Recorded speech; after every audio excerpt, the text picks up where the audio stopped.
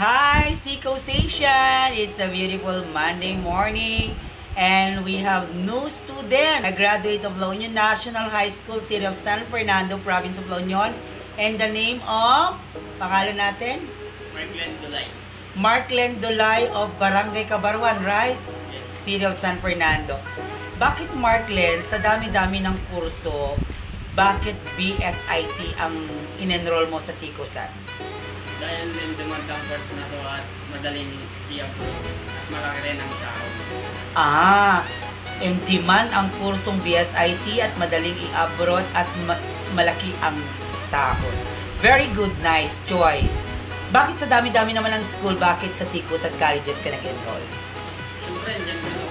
Tsaka magandang feedback ng Wow!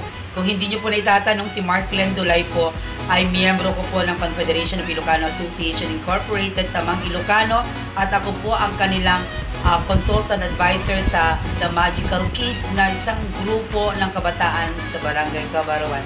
Kudos naman sa'yo. Ayan, kaway ka naman dyan, Marklen. Welcome to SICOs at Colleges.